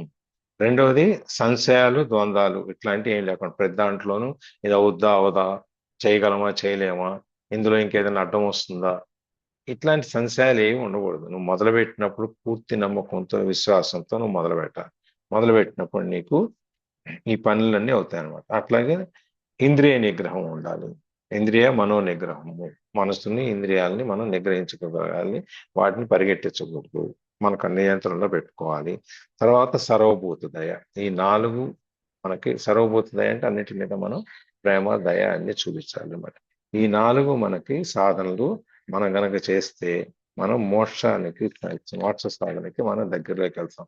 బ్రహ్మ సాక్షాత్కారాన్ని మనం పొందగలుగుతాం. బ్రహ్మ సాక్షాత్కారం ఈ మోక్షంలో మనం 4 రకాలైన మోక్షాలు ఉంటాయని చూసాం. మళ్ళీ అక్కడ కూడా స్థాయిలు. ఒకటి సాలోక్యము, అంటే ఆయన లోకంలోకి వెళ్ళిపోయాము, వైకుంఠంలోకి వెళ్ళిపోయాము, ఆయన పాలనలో ఉన్నాం కాబట్టి మనకు బాధ లేదు అనేది ఒకటి. రెండవది సామీప్యము, స్వామి దగ్గరగా వెళ్ళాలి. మనం తిరుమల వెళ్ళాము, స్వామి అంతరాలయంలోకి వెళ్ళామా లేదా గర్భాలయంలోకి మొదటి గేట్ వరకు, ద్వారం వరకు వెళ్ళాము, స్వామిని పూర్తిగా దర్శించుకున్నాము అని చెప్పేది సామీప్యము. సారూప్యము అంటే ఆ రూపాన్ని మనం ఊహించుకుని ధరించుకుని వెళ్తాం. నెక్స్ట్ సాయుధ్యము అంటే ఆయనలో కలిసిపో. ఇక మనకి సామీప్యము, సాలోక్యము, సారూప్యములు ఏమి ఉండవు. అందులో కలిసిపోతే మనకి ఇంకేం ఉండదు అనమాట. ఈ విధంగా 4 రకాలైనటువంటి మోక్షాలను మనం 4 వీటి గురించి చూసుకున్నాం. ఇందులో 3 లక్షణాలు ఎప్పుడు అంటే ఒకటి ఈ కామవాది పరిత్యాగం. ఫస్ట్ మనం కామక్రోధాదుల్ని మనం ముందు వదిలేసుకోవాలి. ముందాక చెప్పిన ప్రతి దాంట్లో ఒక్కొక్క అధ్యాయంలో కనీసం 3-4 సార్లు స్వామి మన హెచ్చరిస్తున్నారు. కామక్రోధాలన్నీ నువ్వు వదిలేరా బాబు అని చెప్పి. కామ, క్రోధ, భయం ఈ మూడింటిని వదిలేసి మనం బయటకు వాటి నుంచి బయటికి రావాలి. రెండు మనసు స్వాధీనంలో ఉండాలి. మనసు ఎటు పరిగెట్టకూడదు. మనసు పరిగెడితే దాని వెనకాల ఇంద్రియాలు పరిగెడతాయి. అందుకని మనసు మన స్వాధీనంలో ఉండాలి. తర్వాత ఆత్మ మనం తెలుసుకోగలగాలి. మనం మన లోపలికి చూసుకొని ఎప్పుడైతే మనం నిష్కామ కర్మలు చేస్తూ ఇవన్నిటిని వదిలేస్తూ ఈ ఫలితం నాది కాదు ఏదైనా ఆయనదే అని చెప్పి అనుకుంటూ మనం 24 గంటలు ప్రతి సెకను ప్రతి నిమిషము ఆయన ధ్యానంలోనే ఉంటూ ఆయన గురించే వింటూ ఆయన గురించే మాట్లాడుతూ ఎంతో తీవ్రతతో ఏకాగ్రతతో మనం ఇవన్నీ చేస్తాము. అప్పుడు మనం మోక్షాన్ని సాధించడానికి మనం మోక్షం పొందడానికి మనం అర్హులు అవుతాం అన్నమాట. అట్లనే లాస్ట్ లో యజ్ఞాలు తపస్సులు వీటన్నిటికీ ఆయనే కాబట్టి భోక్త, తీసుకునేది ఆయనే కాబట్టి ఏ దేవతల పేరుతో చేసినా కూడా ఆ భోక్తలు వాళ్లే కాబట్టి మనం పరమాత్మని చేరటానికి ఆయనే ఈ సమస్త ప్రాణులకి ఆయనే హితకారి కాబట్టి మంచి కోరేవాడు కాబట్టి అందరినీ సమానంగా చూసేవాడు కాబట్టి మనం ఇవన్నీ చేసినప్పుడు ఈ ఆయన యొక్క సాయుధ్యాన్ని మనం పొందుతాము అని చెప్పి మోక్ష. ఈ 3 అధ్యాయాల్లో టూకీగా మనం తెలుసుకునేది ఏంటంటే కామ, క్రోధ, మోహ, మద, మాత్సర్యాలు, లోభ, మోహ, మహమాత్సర్యాలన్నిటిని వదిలేయాలి. నిష్కామ కర్మ చేయాలి. మనం ఏ పని చేసినా కూడా ఎటువంటి ఫలితాన్ని ఆశించకుండా ఆయనకి కృష్ణార్పణం అని చెప్పేసి మనం అనుకుని ఆయనకి చేయాలి. తర్వాత మనం అందరినీ సమానంగా చూడాలి. ఎవరైనా కానీ మనకి సత్వగుణాన్ని పెంచుకోవాలి. సాత్వికమైన ఆహారం తీసుకోవాలి. మితంగా తీసుకోవాలి. తర్వాత మనం ఏ ప్రశ్న వేసినా మనం దాంతో వినయ విధేయతలతో శాస్త్రాంగం చేసి గురువును అడగాలి. ఇట్లా మనం ముఖ్యంగా ఈ నిష్కామ కర్మ, తర్వాత కామక్రోధ భయాలను జయించటం, మనసును జయించటం, మనం మోక్ష ఆత్మని తెలుసుకోవటం. ఈ మూడిట్లో మనకి మోక్షాన్ని ఎలా పొందాలి అనేది స్వామి కొంచెం విపులంగా మనకి చెప్పారు. ఇది ఇవాళ ఈ 3 అధ్యాయాల యొక్క సంక్షిప్తంగా చెప్పాం, చూసాం. ఒకసారి రేపటి నుంచి 6వ అధ్యాయం చూద్దాం.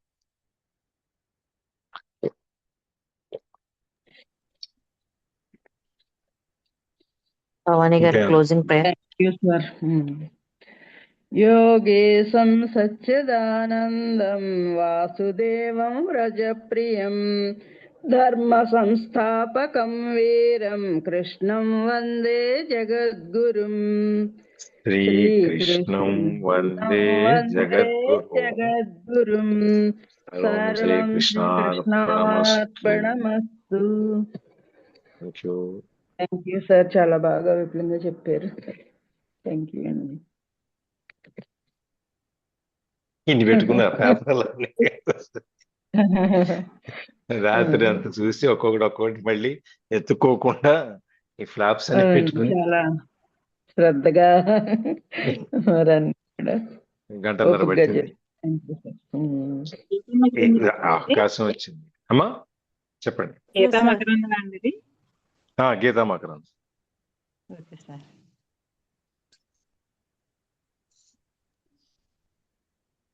అవకాశం స్వామి. థ్యాంక్ యూ అమ్మా, థ్యాంక్ యూ వేణి గారు. ఆ స్వామి అవకాశం ఇచ్చారు. అవును సార్, మీకు అవకాశం ఇచ్చారు సార్. కానీ మీరు చెప్పినవన్నీ ప్రతిదీ పాటించాలి, చెయ్యాలని అందరూ అనుకుంటాం, కానీ ఆ సాధనలోకి వెళ్ళడం చాలా కష్టం. మీరు అన్నట్టు నామస్మరణలోనే మార్నింగ్ నుంచి అలా ఉండాలి, చెయ్యాలి అనుకుంటాము. మన నావిగేషన్ వచ్చి మళ్ళీ వేరే దాని మీదకి వెళ్ళిపోతుంది. అది నిలకడగా ఉంచుకోవడం, ఇవన్నీ కూడా చాలా కష్టం సార్. కానీ చెయ్యాలి, ప్రతిదీ చేయాలి. ఇది విన్నంతసేపు కూడా, భగవద్గీత విన్నంతసేపు కూడా మనం ఆ మార్గంలోకి వెళ్ళిపోవాలి అనుకుంటాం.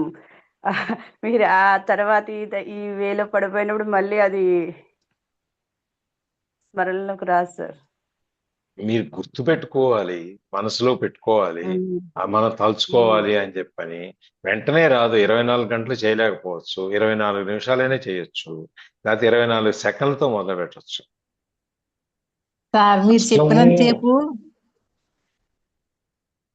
చెప్పినంతసేపు మా అమ్మగారు గుర్తుకొస్తానే ఉన్నారు. నీకు అలా చెప్తానే ఉంటాను. అదే చేస్తాను. నీకు అసలు కూతురు కొడుకు వీళ్ళు పక్కోళ్ళు పయ్యోళ్ళు మంచోళ్ళు చెడ్డోళ్ళు ఏం ఉండేది కదండి ఆవిడకి.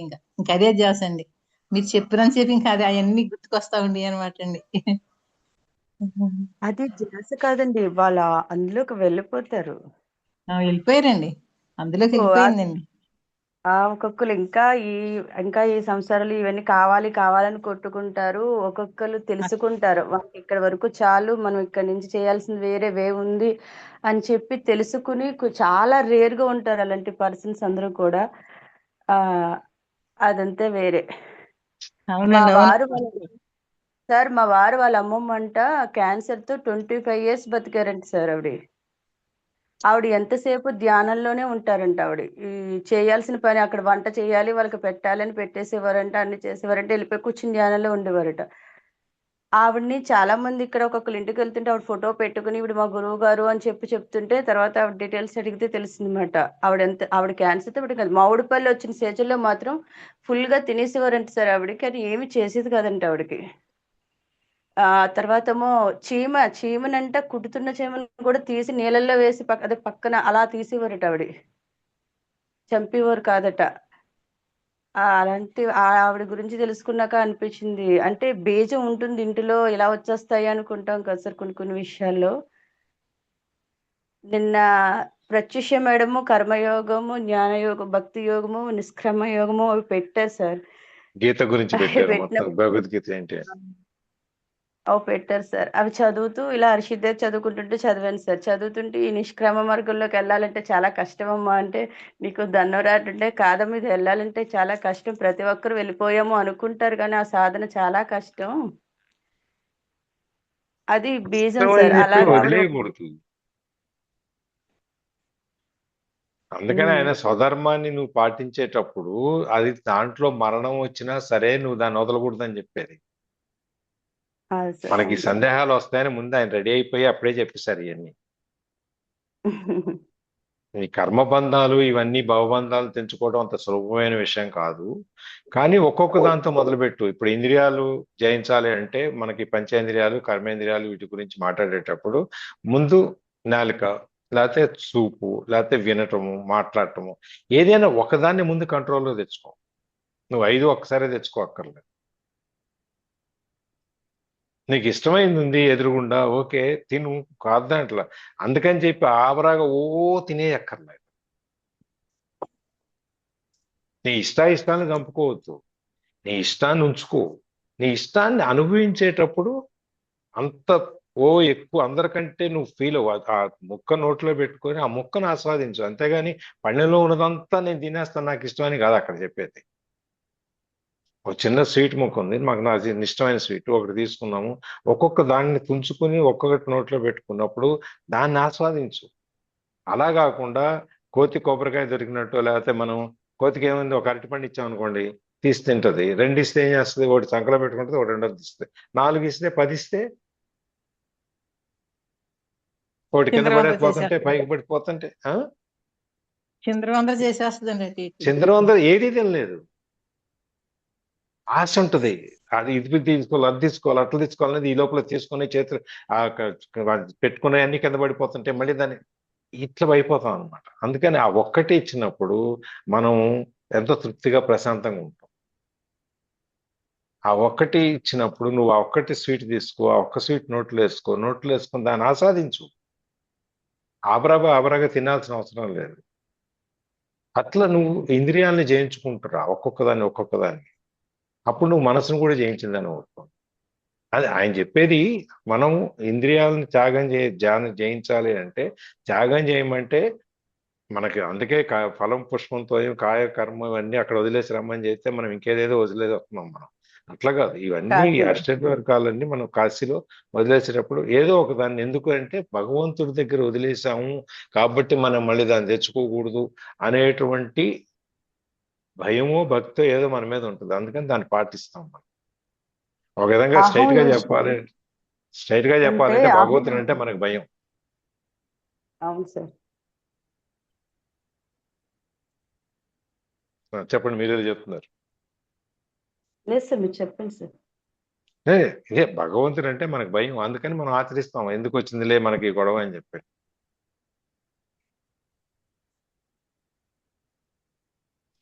ఇప్పుడు నేను అనుకున్న ఓ గాడ్ అనే ఒక ఇంగ్లీష్ మూవీ గురించి చెప్తానని చెప్పా కదా, టైం అయిపోయింది. దాంట్లో ఒక మనిషికి భగవంతుడు ప్రత్యక్షం అవుతాడు. నేను భగవంతుడిని అంటే వాళ్ళంతా క్రైస్ట్ ఇది కదా, సో నేను భగవంతుడిని అంటే నమ్మడు. నువ్వు భగవంతుడు అంటే నాకేంటి ప్రూఫ్ అంటాడు, రుజువు కావాలంటాడు. ఏం చేయమంటావు? ఇద్దరు కార్లు వెళ్తుంటారు, నాకు వర్షం కురిపించు అంటాడు. వర్షం కురిపిస్తాడు. ఎక్కడ వర్షం కురిపిస్తాడు? కారులో మాత్రమే, రోడ్డు మీద ఏమి ఉండదు. ఈ కారులో వర్షం కురిపిస్తే కారులోంచి నీళ్ళన్నీ బయటకు వస్తుంటాయి. నీళ్ళన్నీ బయటకు వస్తుంటే వెనక పోలీసు కారు వస్తుంటుంది. వాళ్ళు చూస్తారు, ఏంటి ఇక్కడ అంతా పరిశ్రమ ఉంది, నీళ్ళు ఎందుకు వస్తున్నాయి కారులో నుంచి అని చెప్పి కారు ఆపుతారు. దేవుడు ఆడ కనపడ్డు కదా, చూస్తే కారు అంతా తడిగా ఉంటుంది, ఏమీ ఉండదు అక్కడ. కారులోకి నీళ్ళు వచ్చే మార్గం ఏమీ ఉండదు, కానీ కారు అంతా తడిగా ఉంటుంది, నీళ్లు బయటకు కారుతున్నాయి. ఏంటంటే ఏం చెప్పడానికి ఈయనకు ఉండదు. నీ ఎట్లా వచ్చినాయి నీళ్ళు, ఎందుకు కారుతున్నాయంటే ఏం చెప్పలేడు. అందుకని ఫైనల్ గా వచ్చేటప్పటికి సినిమా ఎండింగ్ లో కోర్టు సీన్ వస్తుంది అనమాట. అప్పుడు దేవుడే వస్తాడు, వచ్చి నేనున్నాను అని చెప్పుకోవడానికి నేను రుజువు చేసుకోవాలి. అదే దెయ్యమో భూతం ఉందంటే నువ్వు రుజువు చేయమని అడుగుతావా? ఆ గదిలో దెయ్యం ఉంది అంటే వెళ్ళటం మానేస్తా కదా. చింత చెట్టు కింద పడుకుంటే దెయ్యాలు వస్తాయంటే మనం చింత చెట్టు వైపుకి వెళ్ళాం. వెళ్ళం సార్, వెళ్ళం. ఆ పక్కన ఉన్నరుడికి కాటి భయం, పొరుగురుడికి నీటి భయం అని ఒక సామెత ఉంది మనకి. పొరుగురు నుంచి వచ్చినాడు నీళ్లతో గొయ్యి కనపడితే ఎంత లోతుందో తెలియదు, ఆలోచిస్తా కూర్చుంటాడు. ఉన్నూరోడికి ఏంటంటే వాడికి తెలుసు కాబట్టి వాడు వెళ్ళిపోతాడు. అదే ఆ, వలకాడు ఉంది అంటే ఉన్న ఊరు వాడు వెళ్ళడం, వాడు భయం, వాడికి దెయ్యాలు ఉంటాయి అని చెప్పని. పొరుగురు వాడికి అది ఎక్కడుందో తెలియదు కాబట్టి వాడు వెళ్ళిపోతాడు, తెలియదు కాబట్టి. అందుకని ఉన్నూరోడికి కాటి భయం, పొరుగురాడికి నీటి భయం అని సామెత మనకి. దేవుడిని కావాలి అంటే నువ్వు రుజువు ఏంటి అని అడుగుతావు. దెయ్యాలు భూతాల గురించి రుజువు అని అడిగావా?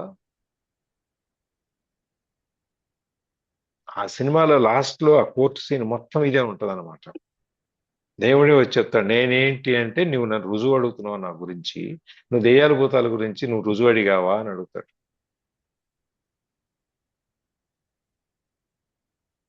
కానీ దొరికితే చూడండి, బాగుంటది సినిమా, చాలా బాగుంటది. నేను ఎప్పుడో చూసి కాలేజీలో ఉన్న రోజులు. ఏ సినిమా సార్, పేరేంటండి? ఓ గాడ్. ఓ గాడ్. ఒక ఇంగ్లీష్ మూవీనా సార్, తెలుగా అండి? English movie. అమ్మో, ఇంగ్లీష్ మూవీ అర్థం చేసుకోవడం ఏ కొంచెం. పర్వాలేదు, ఇప్పుడు సబ్ టైటిల్స్ ఉంటాయి తెలుగులో, లేకపోతే డబ్బింగ్ కూడా ఉండొచ్చు. అసలు దొరికితే ముందు సినిమా అది. నేను ఎప్పుడో 30 ఏళ్ళ కింద 35 ఏళ్ళ కింద సినిమా నేను చూసింది. ఆ పేరు గుర్తులేదు, సినిమా గుర్తుంది. నిన్న నెట్లో కొట్టుకుంటే ఈ సీన్ గురించి చెప్తే అప్పుడు ఆ పేరు వచ్చింది. నెట్లో దొరుకుతుంది. ఓ గాడ్ అంటే దాని బ్రీఫ్ దొరుకుతుంది, కొన్ని సీన్స్ కూడా దొరుకుతాయి అనుకుంటా.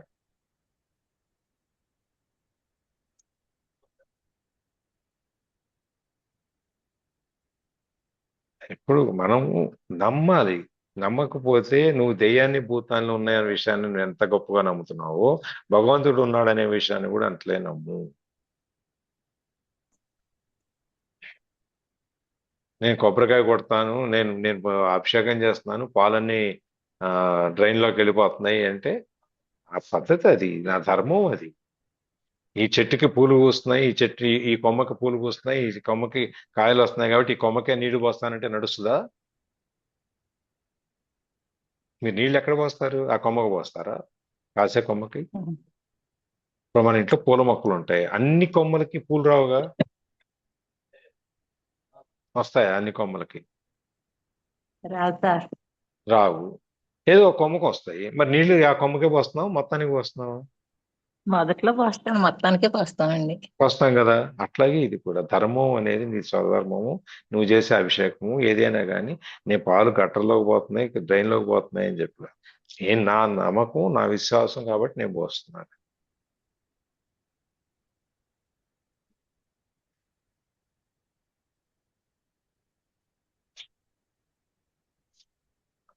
చర్చకి వెళ్తే ఎవరి పాయింట్లు వాళ్ళకు ఉంటాయి. నేను జయించాను, నేను ఓడిపోయాననే ఉండదు. నీ పాయింట్ నీది, నా పాయింట్ నాది. నా నమ్మకం నాది, నీ నమ్మకం నీది.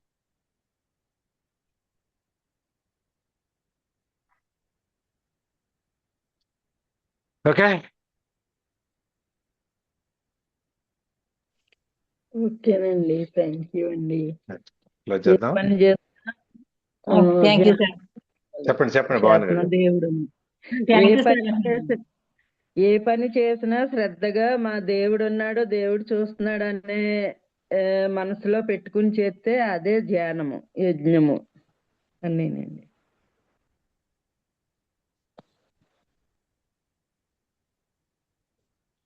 క్లోజ్ చేద్దాం. ఓకే అండి, thank you sir. Thank you.